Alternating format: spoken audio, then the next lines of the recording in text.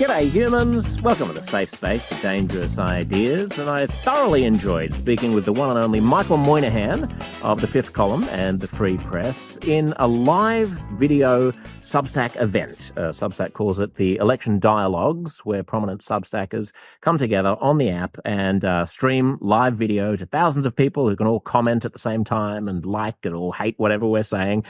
This is a brilliant functionality that I'll be spending a lot more time experimenting with in 2025.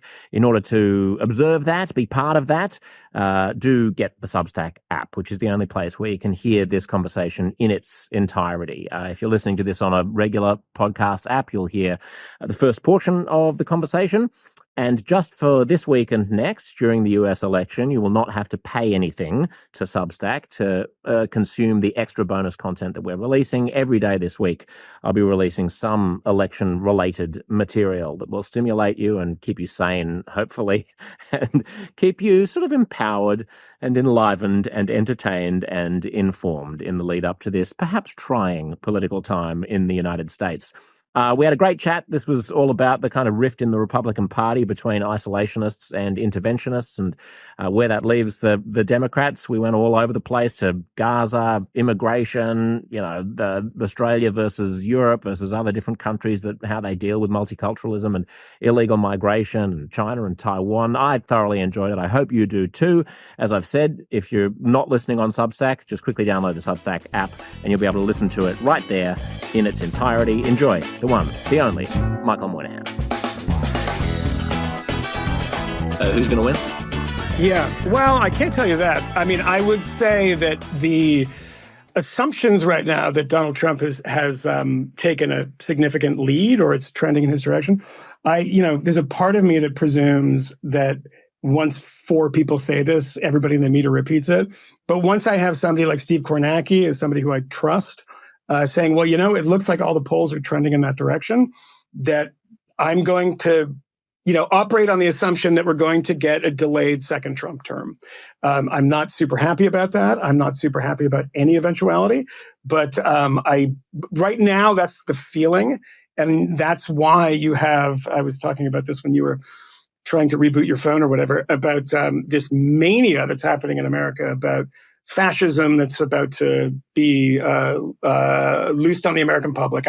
Because we have such little time left, there's no time to debate actual issues. So let's scare the shit out of people. And that doesn't work, by the way, because also remember, I did this thing for the Free Press, which will be up today. And I think I said it on the podcast that we did on Substack for the Fifth Column, is that people tend to forget that Hillary Clinton, in her memoir, said, yeah, I probably shouldn't have said the deplorables thing. Bit of a mistake. She said half of the MAGA supporters are deplorables. And a number of people who were election watchers said, that probably cost her a lot. I don't know what people think now if you say that everybody that's stuffing themselves into the MSG or, going to a Trump rally in Pennsylvania are supporting a fascist. Because you're effectively calling the 75 million people that voted for him when he lost last time fascist sympathizers. I mean, it's just a very risky strategy. That's worse than deplorables. If you gave me the choice of being deplorable or a fascist, I'd take deplorable any day of the week. There can be something cute about a deplorable. I might be just playing video games in my mum's basement and be deplorable. But fascist is beyond the pale. I mean, my perspective from, a few days out from the election, from a nation, a friendly nation like Australia, and I fully acknowledge that both me as an individual and the country which I represent are at best cutesy. I don't know, so my opinions can be taken with some sort of a grain of salt. I'm no authority on these world affairs, but I think there are two worries about America from America's allies. One is, will the world order, the victors of World War II established, be able to continue, or will we return to the sort of historical norm pre-United Nations, pre-World War II, of big countries just basically doing what they can and whatever they can get away with, and the big country happens to sit next to a smaller country whose territory it wants, it takes it, and that's what Russia and Ukraine represents. That's what China and Taiwan represents, and so are we seeing an end of kind of an American, I guess, national security consensus? Because is that perceived as a bit 20th century and a bit kind of like, why are we wasting all our treasure abroad? And then the second question is like a question of American democracy internally and the impact that that has on our ability to propagate democratic ideals in smaller fledgling countries. Like Australia's in this weird position where, because it's surrounded by a very large geographical area of small, poor, dysfunctional countries across the Pacific Ocean and Southeast Asia, it is sort of a regional hegemon. So in some strange ways, like Australia is the rich, democratic United States global cop of the Asia Pacific. Mm-hmm. And it's like very important to Australians that a number of these kinds of countries, like the Solomon Islands and, Tonga and the Philippines and New Guinea, are as attracted as possible towards the Western liberal ideals and away from the Chinese ones. And of course, the Chinese Communist Party is pouring massive amounts of money into, like, I've got a mate, Michael, who lives in the Solomon Islands. He just moved there from Australia. He's an Australian bloke. And he says every single bridge, every single, piece of infrastructure there has a massive Chinese flag on it. And made in China, your friends in China is emblazoned on it. But actually, Australia massively outspends China in the Solomon Islands in development aid. It's much closer to Australia.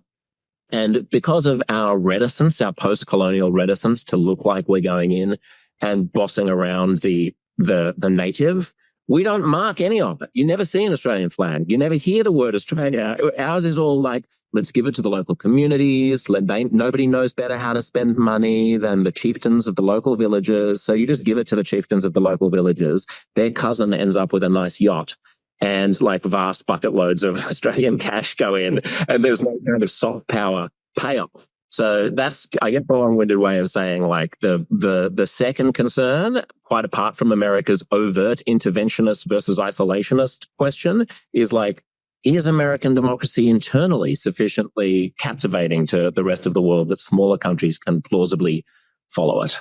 I mean, in a broad sense. How do you want to start that conversation? I mean, let's start with global interventionism and robustness against Russia and China. Yeah.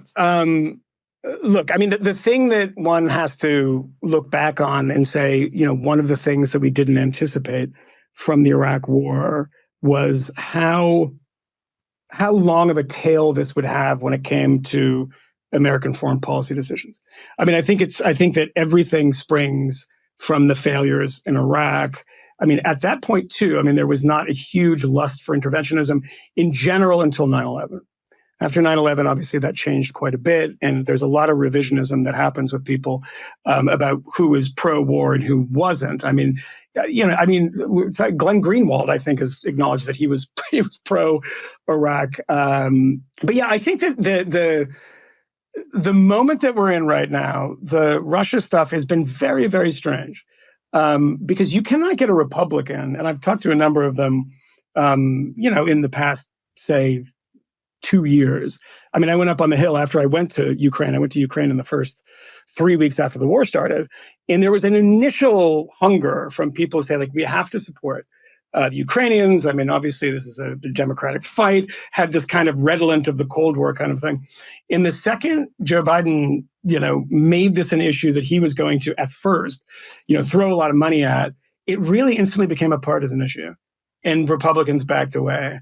And when they backed away, the vacuum that was filled by people that were of the kind of, sort of, I wouldn't say Trumpian, because I don't think Trump is an isolationist, but in that kind of isolationist mold, we just had a Congressman, Dan Crenshaw, on the show.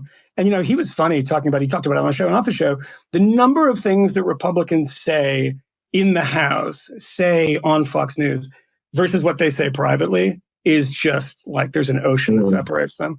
And so it's very difficult to tell what people actually think about foreign policy stuff. Maybe isolationism is a misleading way of framing it, because isolationism versus like interventionism, because yes, you don't go blundering into really complicated other cultures, Iraq, and expect that you can just fix them by blowing the head off the leader, and then everything's going to be okay, even if you don't have a plan for peace. But there's a difference between that and what strikes me now in the debate around Ukraine is that people are framing it as if, should we be giving lots and lots of money to Ukraine or not? Like, even people who I think are reasonable seem to be sort of framing it as like, it's our moral, in other words, even people who supporting Ukraine, the narrative seems to be like, it's our moral duty to like support the brave men and women of Ukraine. I'm sorry. It's actually not. We have tons of moral duties around the world, and that is not necessarily the one that is so important that it should occupy that amount of resources versus saving people who are starving in Bangladesh. The reason why I'm a super hawk on Ukraine is not for moral reasons. It's for strategic reasons, because I want to live in a world in which the moment someone like Putin makes a decision to drive tanks into a neighboring country, it becomes the rest of his life is completely deranged and his country goes bankrupt, and it's an endless hemorrhaging of young people and men and the military. And like, people who think this is going to end in a negotiated settlement, so we might as well just end it now. This is the sort of Elon Musk-y kind of like Trumpy idea. Like, well, we all know that Ukraine isn't going to get back its eastern provinces. So if it's going to end in a negotiated settlement, let's just negotiate now. The thing that misses is it is indispensable to the principle of deterrence against tyrants that you make them suffer maximally during the war. It doesn't matter that the end point is the same and that we all know that Ukraine is going to end up not having its eastern provinces. The point is that the decision that Putin made to take this on has to be as costly as possible. And as long as the Ukrainians are willing to fight, we should continue giving them as much as they need to continue fighting to raise the cost to would-be tyrants all over the world. That is the only way you entrench a world order, which ends up being a lot cheaper in the long run. I mean, Yuval Noah Harari has recently been banging around making the point that if you think it's costly sending arms to Ukraine, you look at how costly it is to live in a world in which every country has to beef up its military because there is no stable order under which it can trust its neighbors.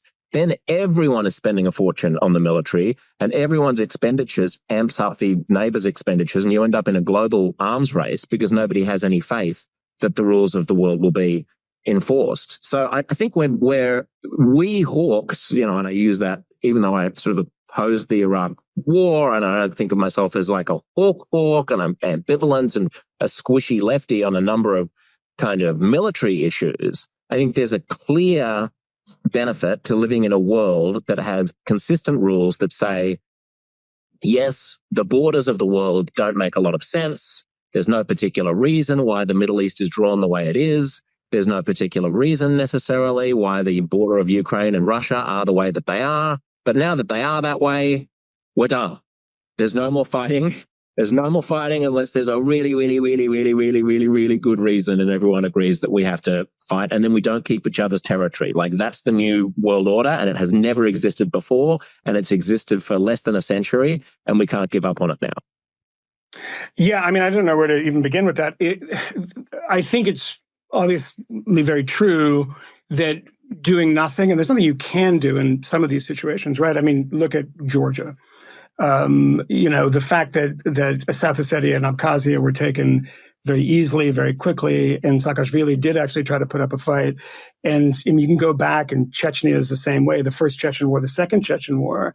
Moldova, is Moldova next? I mean, that's the closest I think. I mean, I don't see anything happening with the Baltics. It's just, I mean, obviously beyond NATO states, that it's just too difficult. I don't think that they actually have the stomach for it. We're talking about, you might be talking about a time frame of years, but I might be talking about a time frame of decades or centuries.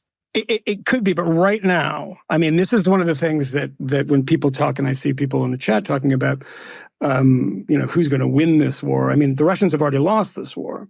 It doesn't matter what they gain. They've gained very little. They're not going to take Kiev. I mean, Lviv and these places in the West will stay Ukrainian. There's no way that the Russians are going much further than they already have. But if we take the casualty figures seriously, the American ones, the British ones, and let's pretend, I pointed this out a number of times, if we just pretend that even the low numbers there are true, 50,000 dead, 60,000 dead, something like this. And as I've pointed a million times, at the very beginning of this war, this happened, there was like 10,000, 20,000 compacted in the first couple months of the war in Ukraine versus, what was it, 17,000, 18,000 that died in the entire Afghan war, the invasion of Afghanistan. I mean, 1979, the invasion of Afghanistan precipitated the end of the Soviet Empire, primarily because mothers were upset, there were protests. And, what is the equivalent here? The amazing thing is that there's people that do really, really good work trying to determine how many Russians have died, like by going to cemeteries, by talking to people. Obviously, this stuff's not published. And you see the mess that it has made on the domestic front. Of course, when they lose a war like this, the way they've lost it, and I'm sorry, they have lost it, because when you expand that amount of blood and treasure, for what? I mean, it's kind of a humiliation in a lot of ways. Well, it depends by whose definition have they lost it. What you need is for it to be clear to even the most hawkish pro-Ukraine war Putin acolytes that it was lost, right? I mean, and they have to be humiliated. And I'm sorry, I can see people in the comments saying, "Oh, Josh is a war hawk because he wants as many Russian dead bodies as possible." Let me make it clear: I do want as many Russian dead bodies as possible, because when you start a war, you don't get to decide when to finish the war. If you start a war, then it will be as painful as possible. And in the long run, I mean, from a utilitarian, consequentialist point of view, you'll have a lot fewer dead bodies in the world if you make sure the belligerents are thoroughly humiliated. Unfortunately, that entails some death. To the person who just commented that they're Ukrainian, and what are you talking about? Do you not know that Ukrainians have died? Yes, but the Ukrainians didn't invade Russia. I mean, it's important to point out that the people who made this an offensive war and decided to try to cannibalize a neighboring country and a sovereign country has lost an enormous number of people. You would expect that of a country being invaded. If you just look at what happened to Mariupol just in the first 6 months, yes, you would expect that sort of thing. But what we all thought, and by the way, this is not just me, some non-expert in military affairs, but people I've talked to, and I've talked to a lot of them, who were preparing for this stuff and studying this stuff, they were even shocked by the extent of Russian losses and how the Ukrainians have actually hung in there. So, I mean, where does it end? I mean, there's a number of people who say things like, well, you have to stop the bloodletting and you have to come to a conclusion. It's like, yes, but what are you negotiating away? What do you think that the Russians and Lavrov are going to sit at a table and say, what now? What exactly? Any agreement that they give is not worth the paper it's written on. I mean, when the Soviet Union collapsed, and ever since then, everything that they've ever agreed about their relationship with Ukraine they've gone back on. There's no reason to believe. The only reason why Putin and his successors will not go back for another bite of Ukraine is because it was so painful the last time that they can't possibly bear it. Not because they agreed on a piece of paper at the end of the war not to. And let me also be clear about the Ukrainian casualties. I'm not suggesting that we cajole Ukraine into giving up more than it wants to, or prolonging the war for longer than it should. Well, that more Ukrainians should die than want to put themselves in harm's way. I'm saying as long as the Ukrainians want to, we should allow them to, with all the support that they can have. When the Ukrainians call it quits, when the Ukrainians say it's time, then it's time. But, I think this sometimes wrongly gets framed as like, oh, the West is using Ukraine as a puppet and the poor Ukrainians are suffering the cost. No, the Ukrainians are fighting for their lives very bravely because they don't want to be just an annexed part of Russia. And as long as they want to, it's their call, not ours, how much blood and treasure they spill. Yeah, I mean, that's the argument when you hear people who, oppose American aid or just make excuse for the Russians. It is essentially that we have prevented the Ukrainians from making a peace deal, which if you actually look at the arguments are pretty laughable on their face. But if the Ukrainians wanted to make a peace deal and the people of Ukraine wanted, you look at the opinion polls over the time, and I haven't seen any recently. I'm wondering if the desire for immediate peace has increased. It was pretty low before. It was like, we don't want to concede any of our territory. I mean, Ukrainians, obviously a very nationalistic people, and they have a long history with Russia. When I was there, the first person I met was a Polish guy, and he was coming from Poland with arms to fight. He owned a gun shop in Poland, by the way, and he was bringing arms over to the Ukrainians. And I said, oh, you're providing. He said, no, I'm going to fight. because my grandfather was brutally oppressed by the Soviets when Poland was occupied. And the number of people in the region that had, and there were these kind of divisions of people. People think of the kind of Spanish Civil War, Abraham Lincoln Brigade model of a bunch of Americans that have watched Call of Duty coming over and trying. But the really interesting thing were the number of people that were regional, that had long-term beefs with the Russians, who said, aha, now is the time that we can exercise these beefs. And there were a lot of them. I was actually shooting a piece on this premise, but the company I work for kind of went tits up. So there you go. But yeah, that kind of thing happens. But it's really interesting to watch that regionally. I mean, going back to the history of Ukraine, I mean, look at Ukraine in 1920. Look at the icons that are all over churches in Ukraine. And unfortunately, there's some unsavory characters who happened to sidle up next to Nazis when they were invaded in the Operation Barbarossa. But yeah, no, it's a tricky thing. I don't want to dictate what the Ukrainians should do, and I don't think any American should. To expand the conversation out from, if Ukraine are sort of a principle here, like they, for me, are kind of a line in the sand. Like if we can't even manage to get to stay the course on something as inconsequential fundamentally as Ukraine, where there's no real skin off our nose apart from giving them lots of money, then what hope do we have of staying the course of Western liberal order when it comes to something where there is real downsides, e.g. China and Taiwan? Like if China goes in, if China tries to take Taiwan, what the hell happens, Michael? Because there are so many. I mean, Russia was not an important trading partner to the United States and Australia. It was pretty significant in terms of European gas, and that had, that took a year or two for Europe to figure out. But in terms of like, if China was able to have some kind of pincers in the South China Sea and like in the oceans north of Australia, just to disrupt shipping between places like Singapore and Australia and Hong Kong and the United States, the entire globe would be plunged into the most massive depression. I mean, it would make the COVID supply chain crisis look like a picnic. I mean, we just wouldn't be able to get half of the shit that we expect to get. So what happens, like, what do you think we should do? Like, how important? I would ask a question back to you in a way. I mean, and by the way, the trade thing is interesting. In the United States was the last country to recognize diplomatically the Soviet Union, and it was a big fight actually in the late 1920s. And FDR supported it. Henry Wallace, these people supported it. And the idea, like Henry Wallace, who was FDR's vice presidents from 1940 to 44, and also a Soviet sympathizer. But he made the argument that it was about trade. It was like, he was a farmer, and he's like, we need to get our product out there. We have to recognize the Soviets. Whatever they're doing, who cares? Because it's a big trading partner. That turned out not to be the case. And that was the last time you ever heard that argument vis-a-vis Russia in the Cold War. But the question I would ask you is, what do you think the likelihood of that is? Because if you are going to go in an offensive war and try to take over Taiwan, which, by the way, the lesson in Ukraine should be like, think twice, because you're not just fighting the Taiwanese, you're fighting a lot of other people who are willing to supply that. But it's a different thing, of course, because it's an island. Obviously, all of these things make a huge difference. But my question to you is, like, what do you think when it comes to a sort of economic perspective? Like, would the Chinese be so stupid at this point when they are so reliant on the rest of the world themselves, as we're reliant on them? They're more self-sufficient than a lot of the countries that rely on them, certainly regionally. And for sure, but not entirely. I mean, it would be bad for their economy.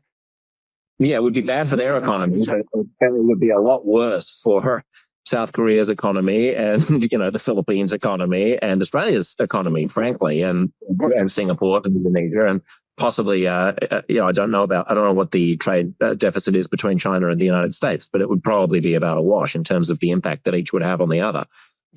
My sense is that it's less pragmatic, Michael, and more ideological. I just think, much as like Putin's gamble in Ukraine was not really about dollars and cents, but about instantiating a grand vision of Russian glory and pushing back against a narrative of Russian decline.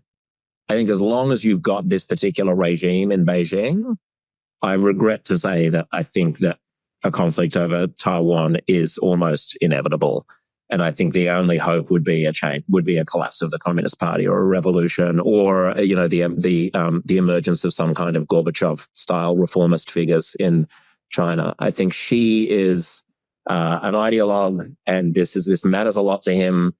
Taiwan matters a lot more to the Chinese than it'll ever matter to any of us, and he will gamble that playing the long game, he'll be able to win. Now, I'm only going on the basis of regional, security experts who I know, and this sort of puts us in this weird situation where, a country like Australia, which has the most to lose from a conflict with China because just the geographical proximity to Asia means that we're so much more heavily reliant on trade with Asia than any other free, rich country is in the West.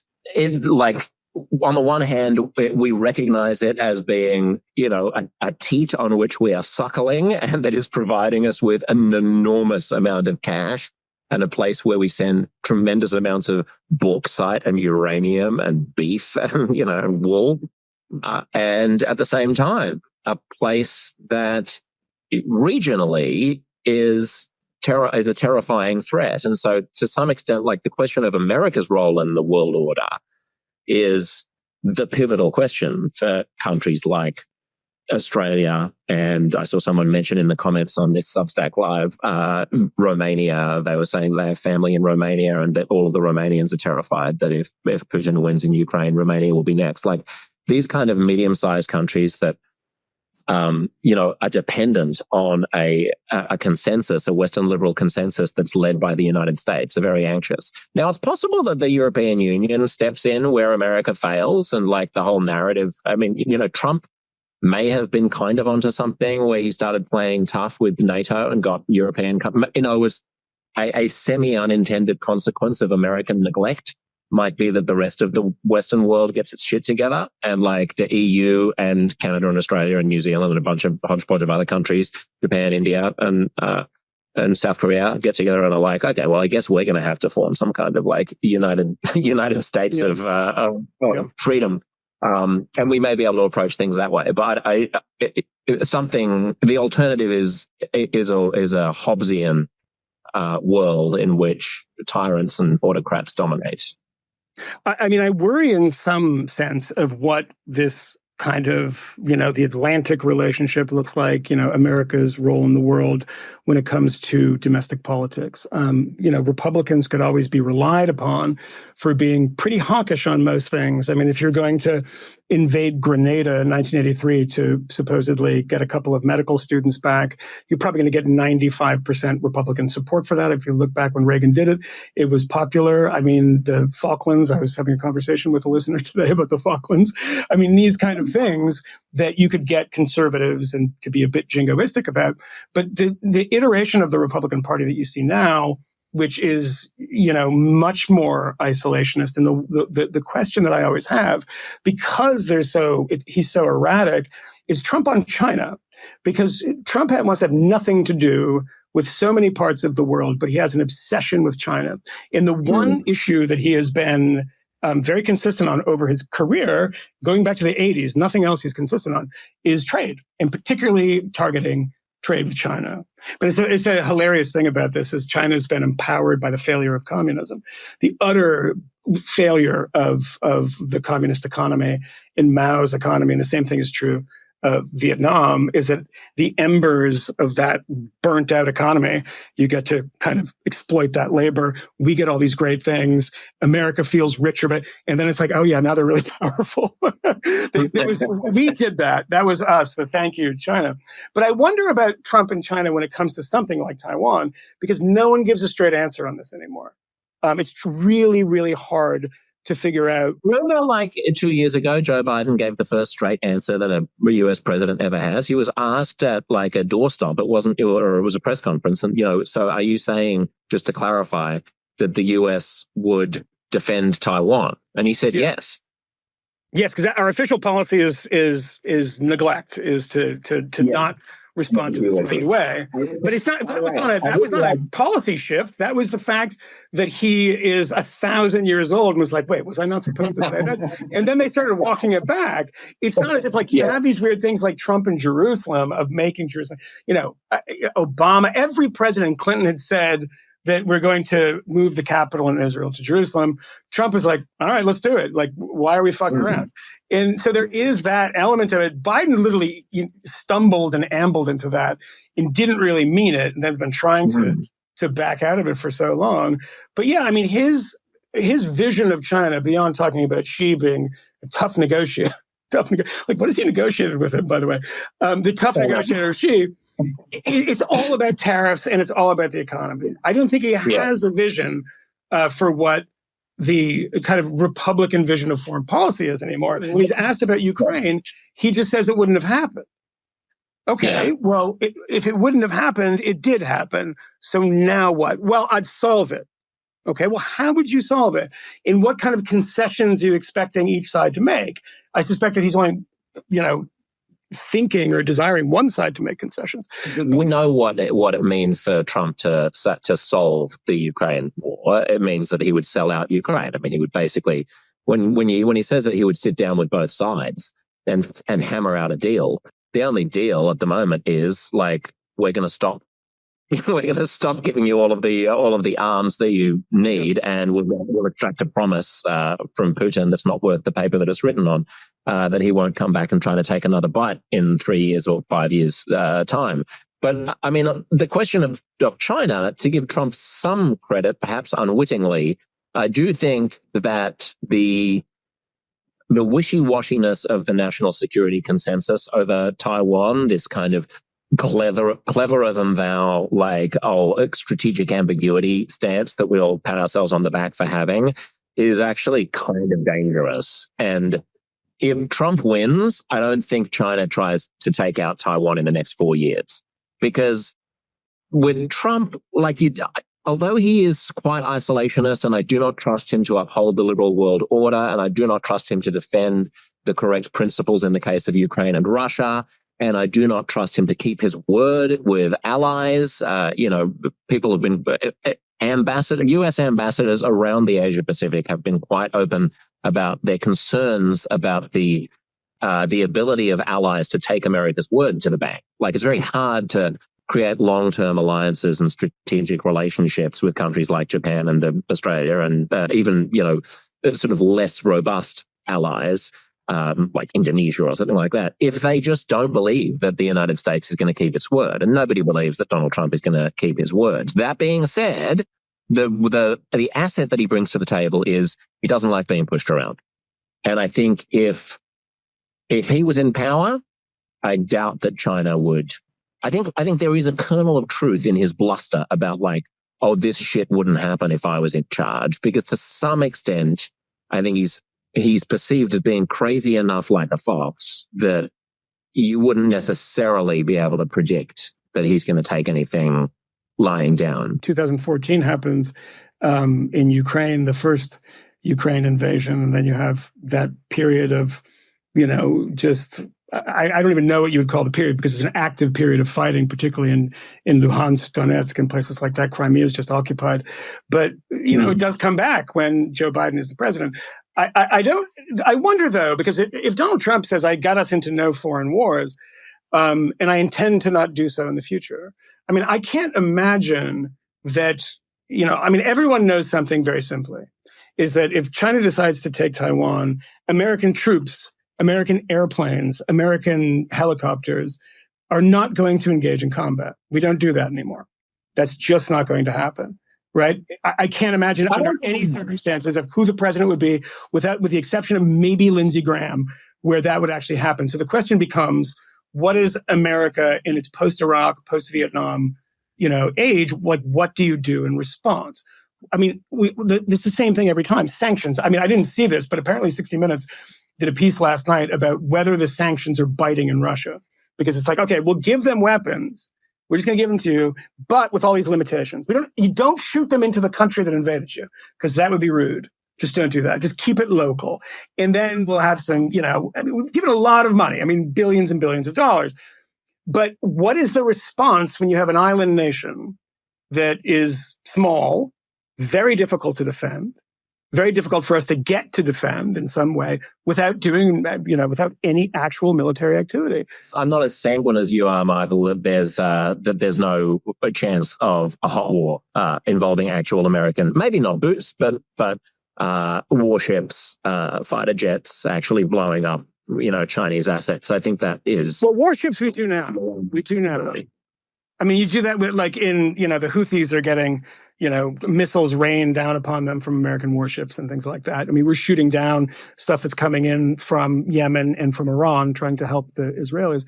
But as far as like an actual, we're going in, it is Korea, it is 1950. I don't expect that we could see something like that. And if we don't, I mean, what does one do? We're not military experts, but there are all kinds of increments between the Korean War and merely giving them lots of military assets. There are, you can blockade islands. You can, you don't have to be necessarily going house to house in Taipei. You can be, there's a lot that you can do, and I'm sure there are a lot of plans of how that would work. The disruption would be immense, and it's hard to know exactly what one should do. But I also want to talk about how immigration plays into our thinking about all of this, and like being pluralistic, multi-ethnic society, is because this is obviously one of the big things in the election as well. I've been listening to Donald Trump. I just heard him on Joe's show, and like his rhetoric about what, like the framing of what migration is so corrosive and so toxic at the moment in MAGA world. He's like, all he talks about is how they're literally rapists and criminals, and they're locking women in the boots in the top of their cars, and like, using new technology and apps to do people smuggling and drugs and everything. And he's like, who would want this? He's like, why would the Democrats even want this? Like nobody comes up to me in the street and says like, you know what I want? More murderers and rapists illegally coming into the country. And there's no recognition of, despite all of the failings of Americans' immigration policy, that this might be one jigsaw piece in a larger mosaic of wanting to live in a pluralistic, multi-ethnic, multicultural, high-immigrant society. It's just a relentless focus on the illegality. Is that getting purchase? Yes, it does. I mean, that in particular is very, very hard to talk to people about immigration, illegal immigration. Now, by the way, notice one thing. There was a language shift that was very deliberate, that we no longer say illegal immigration, illegal immigrants. We say undocumented. And this kind of thing we've been doing for a couple of decades now, that if we just tweak the language, that people's perceptions will change too. That has actually gone away. I mean, illegal immigrant is now a common locution that you heard in the past. We're back there again. And, that kind of engineering of the conversation didn't work, which I think is meaningful in a way, because the illegality of it is, you look at, a good example is, look at the polling on rounding up people for a mass deportation. I'm not talking about the practicality of it. Is it a good thing? Is it a bad thing? People do not turn away from this and say, oh my God, this is, Nazi Germany, this is whatever. That's how it's framed, right? But the very act of coming into the country is the illegal act. And you talk to everybody about this, they all say the same thing. Why, when you are arrested for jumping a turnstile, are you not sent home? Why aren't you literally just put on a plane home, put on a train, put on a bus? I mean, I hear this literally all the time. From an outsider's perspective, it does also seem weird. You are allowed to enter the United States like without authorization if you're claiming asylum. The problem is what the United States then chooses to do with your asylum claim, and which is usually just release you into the community for years because there's such a backlog in the court system to evaluate your asylum claim. But the idea of rounding up, like, to an American lefty's ears, to a progressive American ear, going door to door and rounding up illegals sounds fascistic. To the ear of anybody in most other countries, including my country, it sounds like ordinary law enforcement. Of course, if people break the law and they're not supposed to be there, then you have to do something about that. It's just, if someone overstays, and I lived in the United States for 12 years, and I spent a lot of money and time and effort in figuring out how to do so legally. And of course, I'm privileged. I have the resources to be able to hire an immigration attorney to try to help me get through the labyrinthine system. But it was clear to me every step of the way what I was and was not allowed to do. Mm. And if I had overstayed my visa, then I would not have been complaining necessarily if, the next time I had an encounter with the state was like, oh, you're not supposed to be here. You need to go back to Australia. You need approval to be here. We need to say, okay, you can be here, and you don't have the okay. So you go back home, figure it out, come back once we've told you that it's okay. One of the things that you also hear a lot of, and I'm just saying that this is what, I've done a lot of immigration stories. I've traveled around and talked to people on the border, and I've done, far too many immigration stories, to be honest, because you end up hearing the same thing over and over again. It's not like there's a big variety of opinion. You hear the same thing if somebody's Hispanic, you hear the same thing if somebody's white, if they're Black, it's the same thing over and over again, particularly if they're people who are generationally, I'm a Tejano, I'm somebody in Texas who has a Hispanic background, but we've been here 5 generations. The thing that makes people angry is the perceived double standard that if they take a right on red and the sign says no turn on red and they get popped by a camera, they got to pay $150, right? Something like this. And then when somebody is, the very act of being here is itself a violation of the law. And then not only that, is that in New York City, is that you live in a hotel. It is actually crazy when you think about it. That has been that has kind of motivated more people as an issue. Not that there are people here living under bridges and things and you don't want to see any of that stuff. But the fact that there is, the hotel situation, the swipe card situation, which was something that was negotiated by the city of New York, really alienates people. And then it becomes a class thing, right?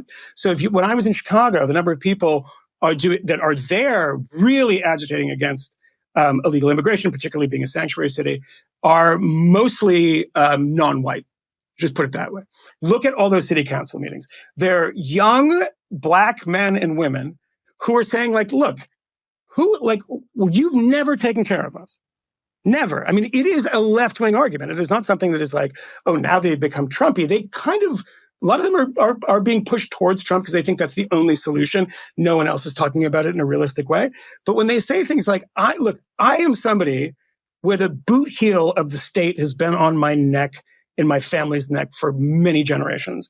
And now this person walks in, you owe me something.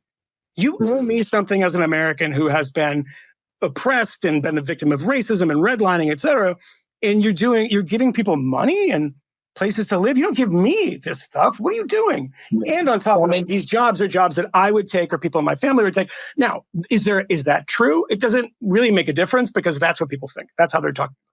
Yeah, that's a really good point. And one of the frustrations to the outsider to America that I always felt when I was broadcasting in New York and when I overhear conversations about immigration in the United States to this day is the conflation of illegal immigration and the stresses on the sort of processing system with the question of legal immigration and living in a pluralistic, multi-ethnic society.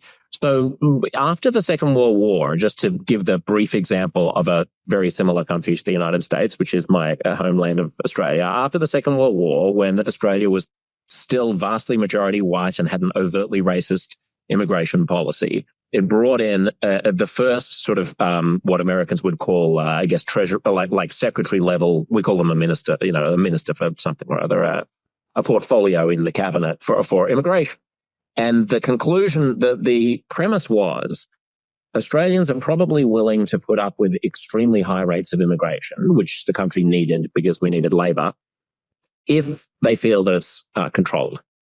The moment they feel like it's out of control and that they're not selecting the best people from the rest of the world, we're probably going to lose the consensus and they won't tolerate high rates of immigration.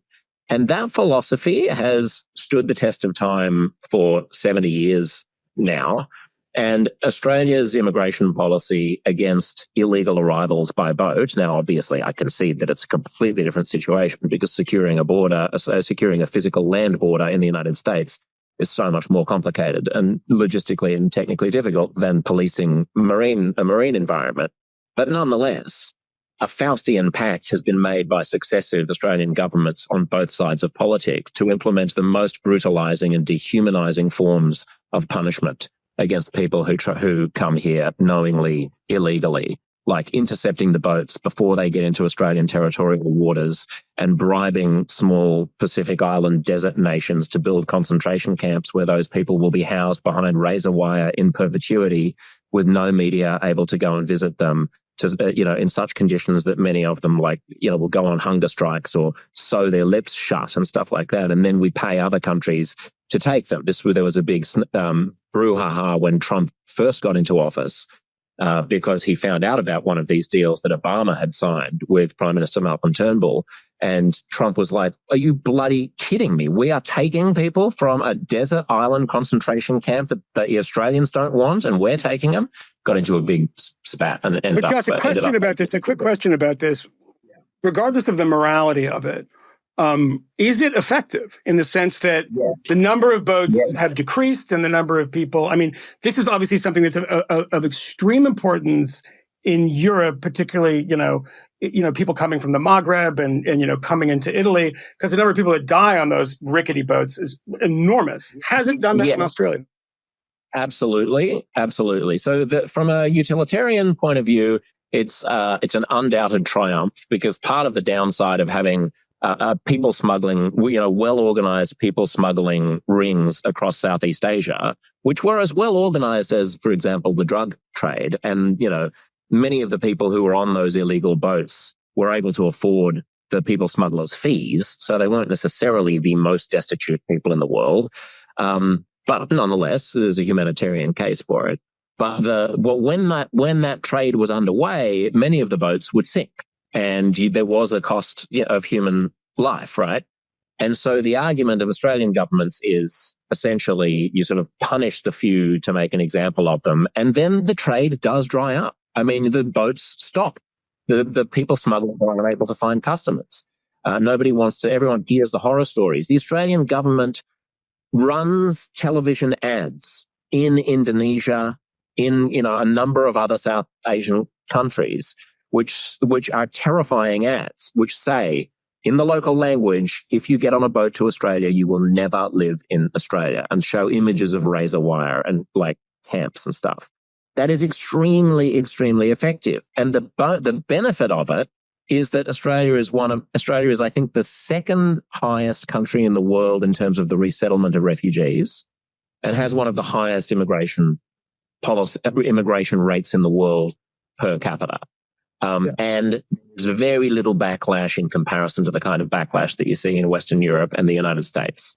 Now, I think in Western Europe, by the way, it is something that I'm not conspiratorial about the U.S. media as such. I think that a lot of the people that try to do a good job and are not in cahoots with the great sort of, liberal man behind the curtain. Europe is quite different. I mean, Sweden's a great example of a media that just literally didn't want to have a conversation about this.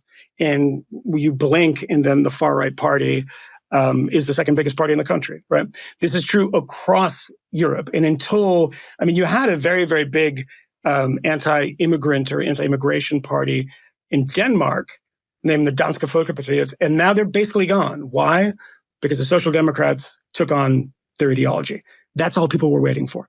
It was a number of parties that were kind of sinking, and these new, young, AfD type in Germany were rising. And it's like, no, it's not that your immigration policy is different than mine, and I want a harder line.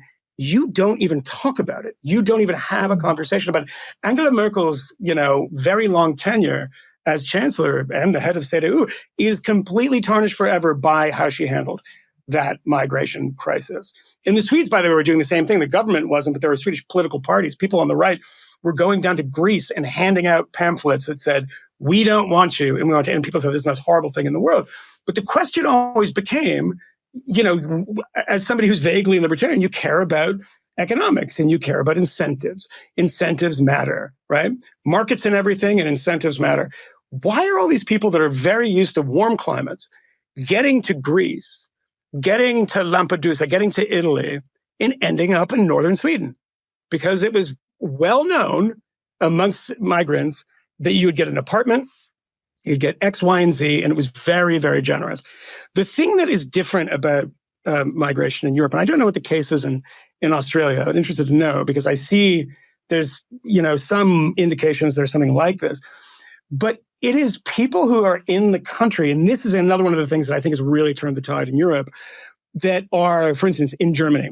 Germany did such an incredible job of extirpating all of this horrible anti-Semitism and Nazism in 1945. And then you have amazing, basically anti-Semitic demonstrations in Berlin now. And if you go onto certain, German websites, these kind of, news websites that are run by the far right, that are outside the mainstream of, Bild and Die Welt and these things. And they're like, do you notice it's not us Germans that are yelling about the Jews. That cultural shift is something that you don't get in America when you have a bunch of people that are from Central America that want to work, right? And it's regardless of whether they should be here or not, that's not an issue. Imagine in America if the issue, we have these scare stories, 1, 2 terrorists were spotted coming across the border. Imagine if you had people unvetted coming from Syria in 2015 and 16. If the number of people that are committing crimes and stuff like this, that is the conversation that you have in Europe. And, Sweden, when I left, every dinner party I went to, the most fucking annoying thing in the world, was like, oh, you're American, let's talk about guns. Now Sweden, which is, again, nothing compared to America, but now Sweden is the gun crime capital of Europe. Insane. And why does that happen? You cannot talk about it. It is because of the migration crisis and the completely two different worlds that people live in Sweden. They're completely different worlds. There's a lot of people that integrate ultimately, but right now in this course, there's, it's just not a ton of integration. I was at a place, the Asylboende, this place up in northern Sweden, doing a story. And there was a riot when we were there and we had to leave. But there was a thing, and this got in a bunch of newspapers in Sweden, even mainstream newspapers, because they started reporting a lot more sort of different stuff, the stuff that made people a little less comfortable. But there was a complaint about Swedish food.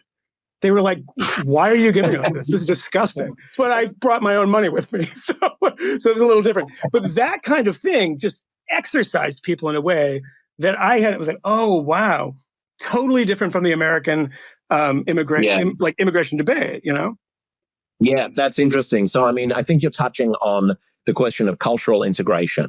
People don't like talking about it. Yeah, and so there are two things here I think that are useful to take out of this latter part of the conversation about migration. There's the cultural integration question, and there's this kind of in the American situation, the question of the legal competence and the kind of bureaucratic competence and a faith in the ability of the immigration institutions, like at a national level, to cope with what to do with all these people, right? So, it has gotten so bad in the United States that people just don't have any faith. That this is why I kind of feel like build a wall. You know what? Just build a wall. Okay, terrible, whatever. But figure out who's coming in and then figure out what to do with the people who already got in. But you have to be able to speed up the process so that people feel like there's some control over who is coming in and who is not. Because if people feel like there's no control over anyone who's coming in, they will turn not only on the illegal migrants, they will turn on all migrants, and America will become the poorer for it. In order to stanch the anti-immigrant sentiment, you have to give people faith that that the state has the capacity to manage the population inflow and outflow. And then that brings us to the cultural question that you were just talking about, which is America's great asset, which is that there is a lot of cultural integration. It really is a multi-ethnic society. It doesn't have the ghettos in the banlieue of Paris. It doesn't have that even in the UK now. And Australia's lucky here as well. Australia might be halfway between, I think, the US and Western Europe on this, where we have a certain amount of ghettoization, particularly, at the risk of being politically incorrect, of Arab Muslim populations in working class suburbs of big cities like Sydney and Melbourne in the southwest of Sydney. And, there's a little bit where, there might be one or two neighborhoods where if I was a white female not wearing a headdress, I might feel a little bit uncomfortable walking through the shopping mall, late at night. But to my understanding of Western Europe is that is much more pervasive, that there are areas. I just had an episode of Uncomfortable Conversations with the former Australian ambassador to the UK. We call them high commissioners for some reason. Between Commonwealth countries, ambassadors are called high commissioners. But he was the former foreign minister. He was actually the equivalent of the Secretary of State on 9/11 in Australia. So it was really interesting talking to him because he has insight into, all of the conversations that were going on 9/11 between the Australian and US and other allied governments. But anyway, that aside, so he'd been the ambassador to the UK and he went on a ride along with British cops in a heavily migrant, it was a South Asian Muslim area, right? So it must be Bangladeshis and Pakistanis. And they were saying 90%, 95% of all of their call outs are specifically in this narrow area. They have no capacity to talk to the local populations because the local populations don't speak English. They're not interested in integrating with the rest of society. They're not interested in being able to communicate with people in positions of authority. And this ambassador, Alexander Downer, people should go back and listen to that episode of Uncomfortable Conversation if they want to, was basically saying that is the sort of nightmare scenario that Australia and the United States have to avoid. And we've been very lucky, knock on wood, so far, that we're not there. I want to address something from somebody in the comments, and I think there's some utility to the comments. You just happen to look down and you see one, breezing by, and it's a bit of a loaded question, but somebody named Shahab said this, and I'd like to add my 2 cents in this and interested in what you say to this, Josh. Please address the root causes of migration and the culpability of the economic model of the U.S. and Western Europe. I think that's a bit thumbing the scale. I think I know what you believe in that one. But this question comes up a lot in Europe, particularly in France when, you had big wave of Algerians and, you had French people who lived in Algeria, the Pied Noir, and then all these Algerians coming. And obviously, like the problems in the 1990s with terrorism and fears of terrorism in France before 9/11, and it was mostly surrounding, former French colonies and things like that. What culpability that Shahab asks, the economic model of the U.S. and Western Europe? I'm not exactly sure what he's talking about with the U.S. I mean, there's always a thing that when something disastrous is happening, the U.S. is always there for you. He's always there to blame. Like, the disaster that's now striking Cuba, and it's been doing this in Cuba for a very long time, since 1959, but the collapse of the power grid. And it's like, well, it's the embargo. It's not the embargo. It's a very, very bad economic system that trades with everybody else in the world except the United States. But the United States, I'm very much opposed to the embargo, by the way. I think it's absolutely stupid. I think not being able to travel there is stupid, et cetera. But it does provide them with a great excuse. Yeah. There is a book that, Shahab, I don't know if you're going to be open-minded about this, but if you'd like to look at a book, and particularly in the Americas, by an economist named Hernando de Soto, a familiar name, who wrote a book called The Mystery of Capital. And he explains, and he's like very highly regarded amongst economic historians, he explains how the lack of property rights actually in South America just doomed so many places to like forever penury. And property rights are really important in that sense. That book is really, really good as a narrow focus on South America and Latin America. Europe is obviously different. But Josh, you're talking about Pakistanis, Indians, people that are former members of the Raj, the Crown, the colonies, the Commonwealth. What obligation does the United Kingdom and even Australia as part of the Commonwealth have to people who are in populations that were once subjugated by your rulers and British rulers, whatever it might be? I mean, it's an interesting question. I appreciate the other comment that someone just made, reminding me that the Australian ambassador and foreign minister who I was just alluding to, who was on my show, Alexander Downer, was also the instigator of Russiagate in the sense that, do you remember, Michael, the George Papadopoulos? He was the one he visited in London. That was him. One of his staffers said, "Oh, you should get dinner. You should get a drink with this Trump guy." This was during the Trump campaign, before when Obama was president, and he had a drink with him. Papadopoulos mouths off about how, "Oh, don't worry, we've got so much dirt on Hillary that the Russians have given us that you don't have to worry about us losing the election."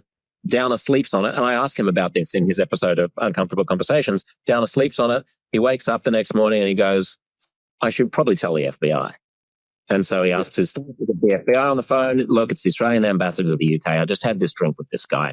From that kernel, the whole thing. Then there's Mueller and all of that. So anyway, that's too. Yeah, I think this. Look, during the Syrian civil war, I was very supportive of taking very large numbers of refugees. My dad arrived on a boat from war-torn Europe to Australia.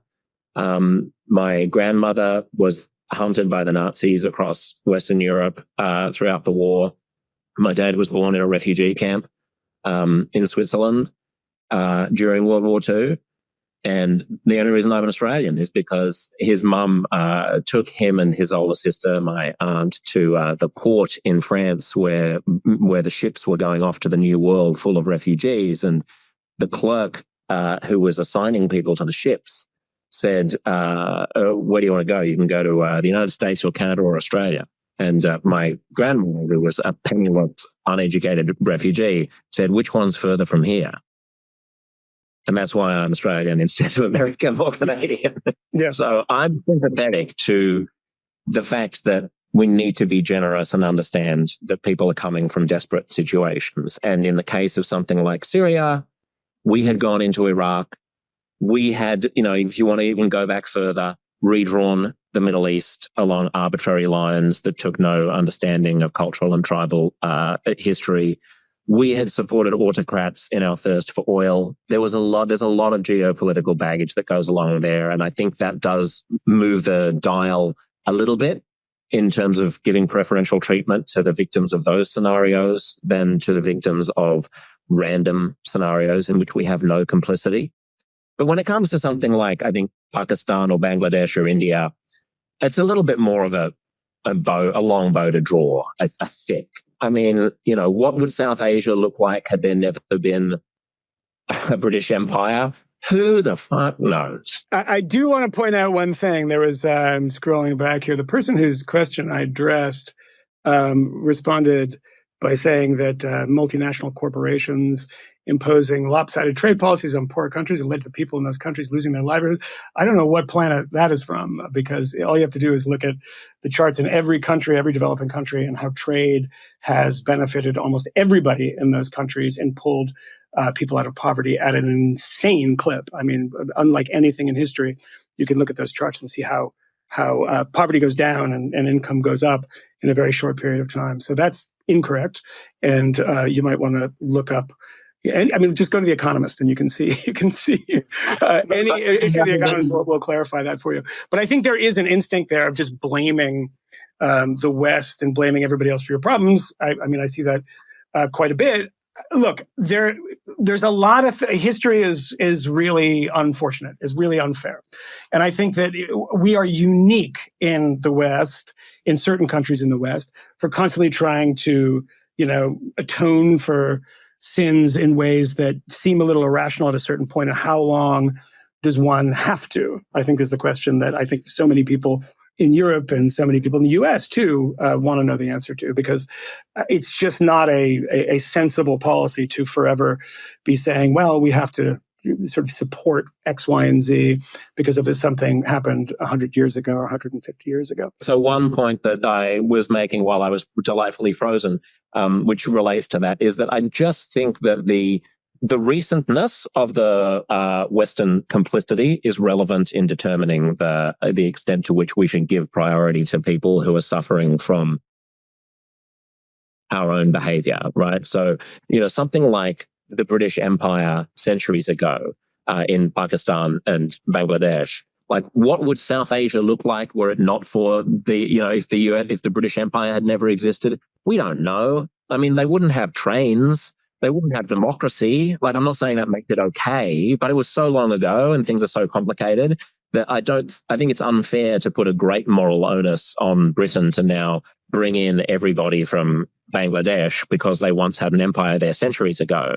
On the other hand, if you go to more recent history, like we invaded Iraq 20 years ago, and that caused a shitstorm of civil wars, That is, and then you can draw the direct line, then I think you do have a greater onus. So I guess it's a sliding scale.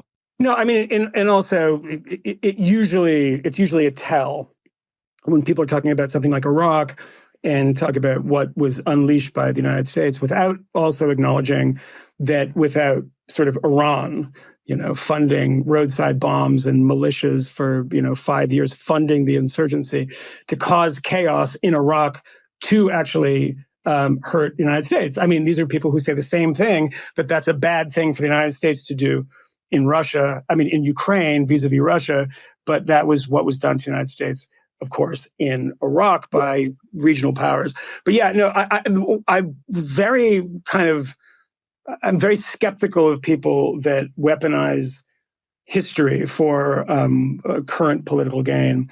And I see more and more and more of it. I mean, we see it obviously with this Nazi stuff with Donald Trump. But everyone, Rachel Maddow's book that I've been writing about for 7 years. And when somebody said earlier in this thing, said, when is that being published? It will be published on my own Substack. That is the first announcement of that. And I have to wait for this fucking election to end, which, by the way, should we talk a little bit? Because the numbers of this keep going up. It's going up. People are saying, should we talk about this election, how it's viewed from Australia, and I guess how I see it from here? On the question of anti-colonialism and post-colonialism, I did like a comment that one of the commenters just said, which is, if it wasn't for British colonialism, Barbados would be a world superpower by now. They're stealing my argument. I've been making that argument for years. I think there's a tremendous amount of anxiety combined with jadedness, if that is a possible combination. Everyone's freaked out. But what's interesting is a lot of Uber drivers are pro-Trump in Australia. Like, there's a certain working class. Yeah, there's a certain working class migrant. I think Trump is. Look, it's probably demographically not that dissimilar from the United States, where working class migrants and wealthy business tycoons are pro-Trump, and the cosmopolitan, left-wing, latte-sipping, Chardonnay swilling elites are for Kamala. But I think I've detected a shift where probably 6 or 8 weeks ago, I felt like Trump had sort of jumped the shark, and I've kind of thought, oh, look, Kamala's probably got this, because Americans are suckers for a nice narrative and for optimism and for, the shining city on the hill and it's morning in America. And Trump just seems like a grouchy, scary old man who's railing against things. And I'm not as confident in that narrative anymore. I feel like now I feel more despondent, and Kamala has not been able to slough off the image of her as a potential Manchurian candidate of wokeness, who's just part of the far left, and maybe the calculus will be that it's better the devil you know. I don't think it matters at this point who wins, in one sense. In the sense that, this idea of wokeness, it's kind of over in a way. I won't reiterate so many of the things that I said on the podcast that we put out today. We did talk about this when, the one that you came on for 20 minutes after this, we talked about this, is that, Kamala Harris and the campaign has run away from that stuff. None of it. When you went into the hall in Chicago at the DNC, as I did, they were handing out signs that said USA on them, literally handing them out as you walked in. Whereas right around the corner, the people that refused to participate in this were trying to pull down the barricades, flying Palestinian flags and occasionally a Hezbollah flag. But that was a really interesting contrast. And you got inside, and all of the speeches on stage, none of them were about grievance. Does it mean that they don't believe that stuff anymore? No, I think they do. But what does it tell you that after 2020, after the George Floyd stuff, the shift happened? And Democrats are not, they thought this was the winning strategy, right? Kamala Harris was literally saying, put money in the bail fund, right? I mean, doing things like, transgender surgeries. I thought that was a Republican talking point. I went and watched the thing. It's like, oh, she really did say that. That is totally insane. Nobody would say that now. That is the defeat. That is over. The important thing, Michael, is not so transgender surgery for illegal immigrants who are in prison, is an obvious nonsense. It's never happened. This is not an issue that anyone needs to care about, but it's a meta issue because what it is it's a way of testing whether or not we can put to rest anyone's concerns about whether Kamala Harris is a stooge of the far left. It's a way of saying, here's a box into which we're going to insert the most ridiculous caricature of the far left. Can you reject it? Can you reject this thing? And I've heard a lot of left-wing friends say, why is anyone talking about this stupid right-wing talking point about, sex change operations for illegals in prison? It never happens. I'm like, doesn't matter whether it ever happens. It matters that it is a marker, it is an X, it is a line in the sand, and Kamala has been given the invitation to say, all right, here's an easy win, an easy example of a place to which I will not go, and a way in which I will distance myself from the fringe of wokeness and social justice madness. And the fact that she's not willing to give a speech like Obama's race speech before his election, where she basically full front on addresses it and goes, you know what? The left's been a bit crazy for the past 5 or 10 years. It's been a stressful time for everybody. Social media and the pandemic didn't help. I have occasionally been sidetracked and waylaid by various, I suppose you could call them fads. Here's what I believe now. Here's what I will do in the future. No sex change operations for illegal immigrants in prison. She has to have been clear on it. And the fact that she hasn't been clear on it is terrifying and infuriating and disheartening. Yeah, but it is telling, of course, that she is not talking about it in the way that I think a lot of people were on. I mean, remember, we've talked about this on the 5th quite a bit. The things that Biden and the Biden administration did within the first weeks, which was like these wild DEI programs. I mean, it's true. I mean, you hear DEI now and you think, oh, it's some crazy right-wing talking point kind of thing. These people are blubbering about this all the time. This actually did happen. And you say, oh, that was kind of the vibe. Whereas Joe Biden in that last debate with Donald Trump in 2020 was like, no, I'm the party now. The center, the people who are normal, the people who are, that you saw in committees in the 1970s and 80s being normal and fighting the Cold War and stuff. That's who this is. And then, of course, that's not exactly who it was, because the younger people in all these administrations have a very different idea. Like there was a thing today, by the way, that the Nation magazine, the interns at the Nation magazine revolted because they were going to endorse Kamala Harris. I mean, this is what happened at Vice, everything. The magazine was going to do or did do an endorsement of Kamala Harris. And the young people were like, no, she's the murderer of Palestinian children. Who do the interns want the Nation to endorse? Is that Hezbollah? No, because Hassan Nasrallah is dead. But if he weren't dead, they'd probably want him to. Whoever, they keep killing the replacement, so they're not even sure who it is going to be. But yeah, we have changed a lot, Josh, since we started doing these. I mean, of course, both of us were doing podcasts way before this kind of mania grabbed hold of everybody in like journalism and academia. But it is still, it does still exist, by the way, in private schools, in colleges. I have a lot of examples of this that I can't talk about right now, but I'll be able to in the future. But I was surprised. I was like, oh, wow, in these universes, it still is very prevalent, but it's just not something you're going to run on, and it's not something you're going to emphasize at all. That was not always the case, that it wasn't going to be emphasized. It wasn't like that, but it wasn't something you would run away from.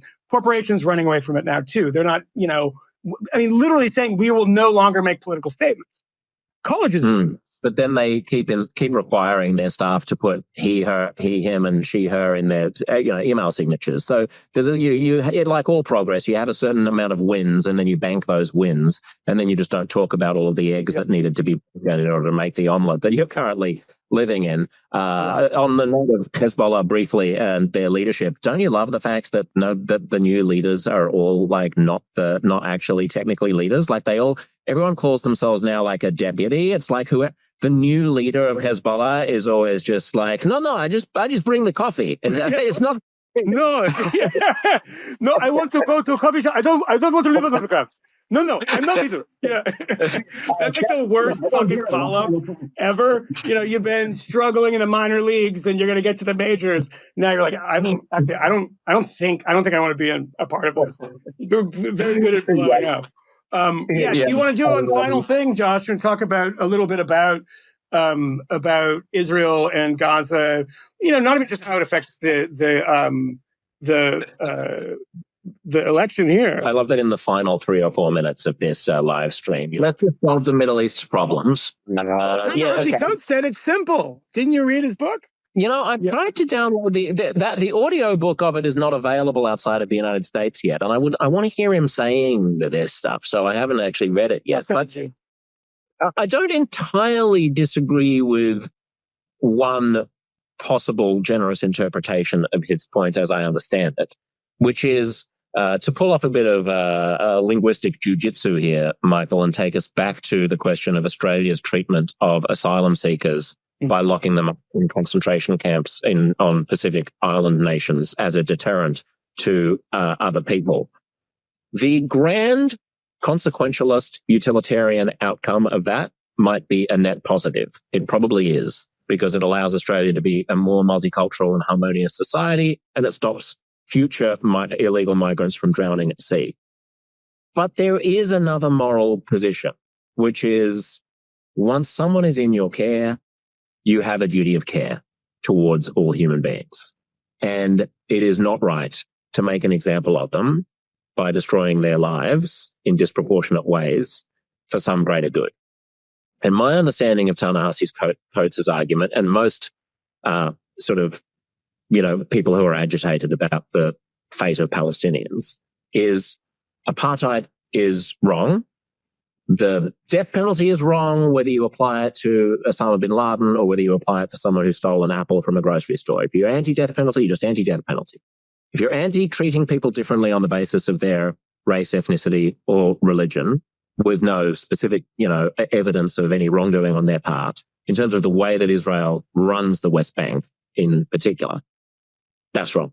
But that's just wrong. It doesn't matter what gave rise to it. It doesn't matter what the root causes are.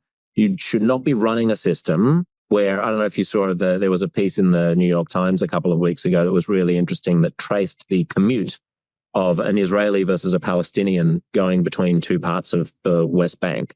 And they had a video thing where you can see these beautiful, gleaming, glistening freeways that the Israelis drive down, and these rumbling little, decrepit tracks that these old buses have to go on, which take, an hour and 45 minutes instead of 25 minutes or something if you're a Palestinian.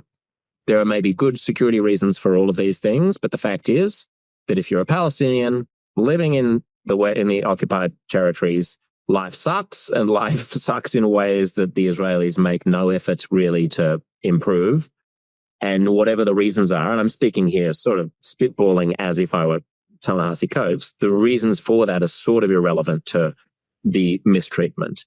And a part of me feels like since 1967, or at least since 2008, where there's been a total disillusionment on the Israeli side of any quest for returning the occupied territories to the Arabs, that was going to have a reckoning.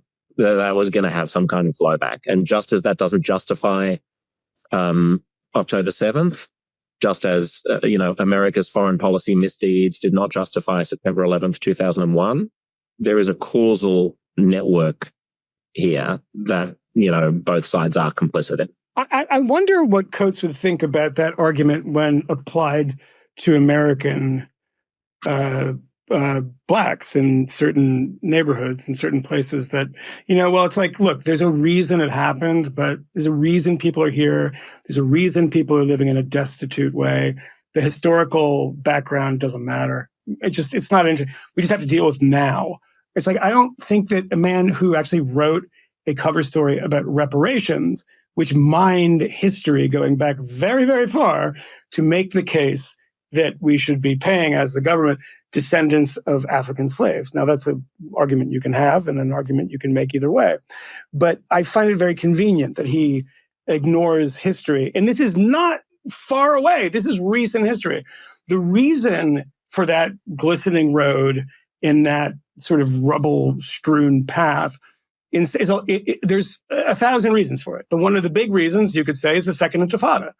The Second Intifada was a bloodletting like no other. And it targeted Israelis when they were at bat mitzvahs and when they were getting pizza at Sbarro, when they were on the bus. And thousands of people died, right? Over 1,000 people died in the Second Intifada, civilians. To not talk about that as a reason, and by the way, not even a justification. You can make a justification, but just as a background of why this is happening, makes people presume, who are your readers, who think you're a good writer, so they must be pretty thick to begin with, they must presume that this is done just for punishment. The prism of Coates's book and his argument is through the prism of American race relations, that this is an analog, so therefore this is happening in the same way that Jim Crow happened, redlining happened, slavery happened. It's not providing that context is not doing his readers any service. I haven't read his latest book, so I can't comment on it. I will say that Ta-Nehisi Coates is a great writer, in my experience. He may not be a great thinker, if we could disagree about that, but his way with words is amazing. I think from his previous books, I would grant you that there might be a kind of an inconsistency or a hypocrisy in what people are willing to target. And then, he may have a blind spot on this. But the principle of having a duty of care towards people in your control still stands as a fundamental moral problem for the state of Israel. And until it can resolve that, anti-Zionism is going to mingle with anti-Semitism in hugely corrosive ways that are much more powerful than they would be if Israel could find a way to extricate itself from the moral stain of the settlements and the occupation. So what I mean by that is, if you want to, if there are all these reasons like the Second Intifada and so on, why it's necessary for you to block yourself off from the Palestinians in the West Bank, fine, get out of the West Bank, build a gigantic wall, get huge anti-missile, technology, and build a wall as high as the sky and let them rot, or let Jordan take them, or whatever. If you want to be brutalistic about it, do that. And that would be terrible, but also it would be a way of saying, not our problem. You can't at the same time say it's our problem in the sense that we're going to be building all of these settlements and we're going to be building highways, but we're going to require the Palestinians and the Arabs to have all of these permits that Jews don't require, and to suffer the indignities of military checkpoints to go about their lives. In other words, we're going to control them. Even a 15-year-old who wasn't even alive barely during the Second Intifada. You can't have it both ways, and then also say, but this isn't ours. This is not part of Israel. Like, take responsibility for your actions, or you're going to suffer blowback from the way that people misconceive those actions and misattribute them and fail to understand context. Like, make life easy for yourself and don't give people big bad things to point at. I think the problem is that Israel has tried to make it. I don't think any Israelis, except for the Smotriches of the world and people who believe that Judea and Samaria should be part of Greater Israel, that want this situation. I don't think it's in the interest of any average Israeli, including, I would say even including this current government, which people, I think, caricature in certain ways sometimes, not just the coalition, but the actual Likud government in Netanyahu. I just think that it is a very, very complex problem, which is the exact opposite of what Ta-Nehisi Coates says. To provide no context, not mention October 7th once. I mean, you could make the argument that October 7th happened from Gaza and not from the West Bank. Why? I mean, Hamas is still quite popular in the West Bank too, unfortunately. And I think after October 7th has made him more popular. But I mean, look, the whole issue you can't talk about for more than 2 seconds, because, you're going to have, particularly just things in the comments, people say, well, why don't you talk about this? Why don't you talk about this? It's too big of an issue. Why to sort of localize it on Ta-Nehisi Coates, because we've been talking about him on the podcast, and just on the election. I mean, it is wild to me that Donald Trump is in Michigan and getting positive reaction from a number of Arab leaders. The guy who came up with the Muslim ban on the fly at a rally is like, they're like, yeah, I think we're more on your side than we are on hers, is not an eventuality that I foresaw. Why is that? What's happening? Well, it's just because, I mean, all of these sort of like Dearborn and these like heavily Arab Muslim areas have convinced themselves that Kamala Harris is the worst possible choice for Palestinians and for ending the war. And that is, I mean, you could make an argument. I don't think that's entirely true, right? I just don't think it's true for a number of reasons. And I'm not defending her. I don't like her at all. I don't think it's true. But that, Donald Trump can, in that vacuum, he says, I'll end it. They'll make a deal. And it's like, this has been going on since time immemorial. In the Donald Trump bluster can apply some places. It cannot apply here. But is the enemy. The Biden administration is the enemy on this one. So it's just so naive, because in the Donald Trump worldview, it's obvious that there is less sympathy for poor, shat-upon, brown-skinned Muslims than there is in the Kamala Harris worldview. Like, it doesn't matter how she's deploying, or how the Biden administration is deploying the U.S. military machine at the moment. The reality is that Donald Trump's worldview is very much one of like robust, strong white man good and like poor shithole Muslim Arab bad. Like, so it's unlikely that there's going to be greater sympathy for Palestinian liberation under a Trump administration than there would be under the Democrats. Anyway, Michael, I guess we probably can't solve that problem right now. Do you want to just end maybe with like the longer term, like look beyond like the next election on American isolationism, interventionism, multiculturalism, take it where you will? Like, I sometimes think when my kids are my age, like in a couple of decades, what will the world be like? Oh, soothsayer. Yeah. I would say in the United States is that somebody said something similar to this in a comment that just scrolled by. As I've gotten older, I have become something I wasn't before. I was sort of not, default patriotic. I would be very skeptical of America and the world. I mean, you have the kind of Chomskyite college times, it kind of, seeps into the groundwater a bit, and that's the way you think. I just tend to think as I get older, this is a pretty fucking great place to live. And the number of people, including the Trump people, who say, this is the garbage can of the world. This is Trump's latest thing. And, his opponents on the left, they're doing this as something very, very similar, that everything America touches turns to shit, whether it's, trade, foreign policy, et cetera. I suspect Americans are very pliable when it comes to foreign policy. All that has to happen is something bad in a major American city, and you will see people say, oh, look back. Iraq had nothing to do with 9/11. Didn't matter. You didn't even have to convince them. They were like, motherfucker, you fucked with us before, and then this happened in downtown Manhattan. It is time to blow you up. Unfortunately, Americans are like that. I don't think that it doesn't make a difference what the election is. Donald Trump, by the way, would the exact same way, because he loves projecting power and being the strong leader. And if it was in response to an attack, I think he would not be that different from George W. Bush in, Afghanistan or something, pre-Iraq in 2002. But I just think that like where we are foreign policy-wise in the future all depends on domestic policy. It's always been that way. We pretend now that it's something unique to Donald Trump.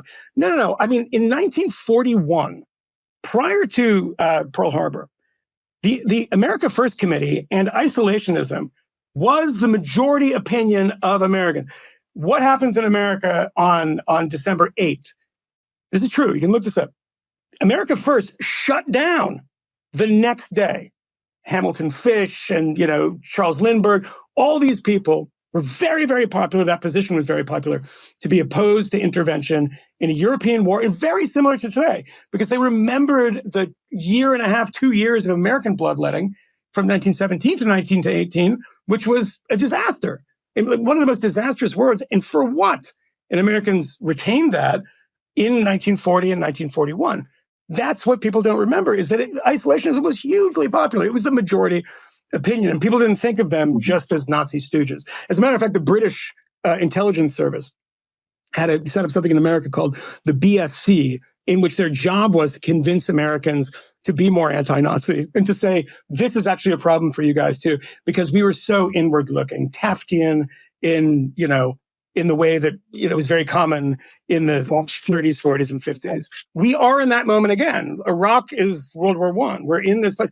What could happen? There's a lot of things that could dislodge us because we don't have a very strong core ideology of like, we're isolationists. It's like, we're isolationists because the bad stuff happened in the recent past. We don't like spending all this money. But if something happens to pull us out of our slumber, to push us, it's not surprising this happens to Americans. I don't think that Trump means a long-term kind of isolationist, inward-looking Republican Party or America. I just don't think that's the case. There's so many things that can dislodge a country and dislodge a country's foreign policy. And I can imagine so many things happening that America on the world stage is going to be equally as aggressive as it was, 20 years ago. I can see that. Well, that is music to the ears of a person from a medium-sized democracy that is the closest one to China. When you say that America used to be more Taftian with respect to interventionism, it is, I must point out, Americans are now more Taftian in their size of fatness. So that's President Taft. This was his, I guess, what was it, his son or his... it was his there's more. It was the isolationist, the fat one. We encourage people to get stuck in bathtubs, whether or not it's true. Who fucking cares? It's our founding myth. Love a family in the Oval Office. What can I say? This is why I'm voting for Trump. Don't worry, I'm not voting for Trump. I'll say one final thing, because we just keep on going up in numbers, and I know they're probably mad if we lose. Somebody said something that I saw a comment scroll by about, the idiots like Trump that become president in America will survive.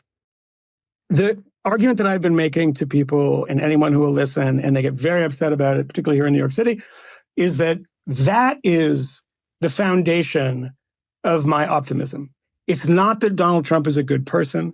It's that he's going to be a good leader, that this is what America needs right now, that we need to go back to the future, to 2016, 17, and then let's replay that. Do I think that's the best thing for the country? Absolutely not. I don't think Kamala's a good thing for the country either. But the point that I always make in this, which gets lost, is that I believe in the robustness of American institutions. I believe in the robustness of Americans when it comes to politics in responding to these sorts of threats. I don't think that there's any Republican that I know who's voting for Donald Trump that would sit idly by as the president said, we're going into CBS and we're arresting people today. I just don't see it. I mean, I talk to people about this. I'm sure that there's people, because it's a cult, that become cult-like and will say, yes, whatever he says, we'll make excuses for it.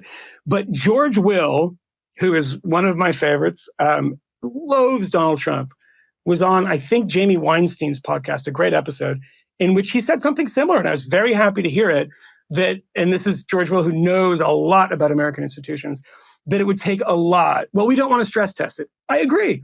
It'd be great if we didn't have to stress test it. But I'm not worried that if it is stress tested, that it will collapse. I just don't think some bumbling old man is going to do that. I agree, but there's also a stress test on global institutions and on the norms of the world order that China and Iran are extremely enthusiastic to test as hard as possible.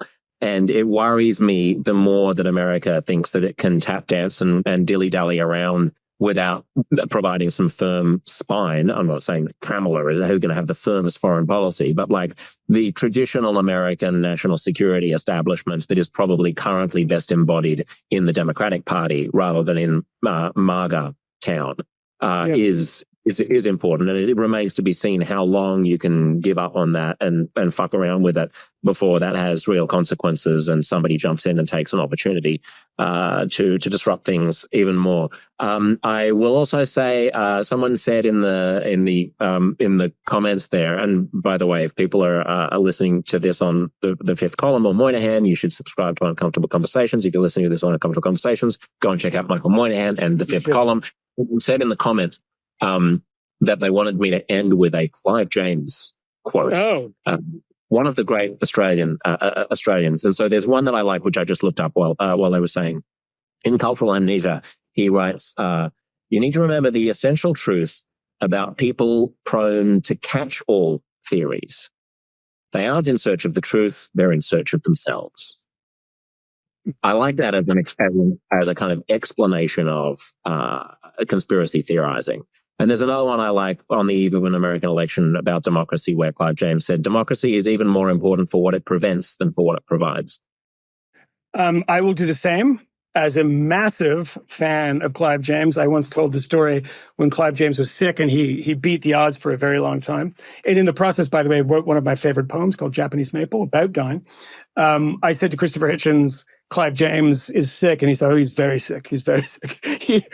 Clive James outlived Christopher by, I think, about 7 years. He was like, oh, it looks very, very bad. This is a thing that I always remember with Clive James, who taught me how to write book reviews unknowing. I was just from trying to copy him. But he wrote this, which was very, very funny. I love the opening of this.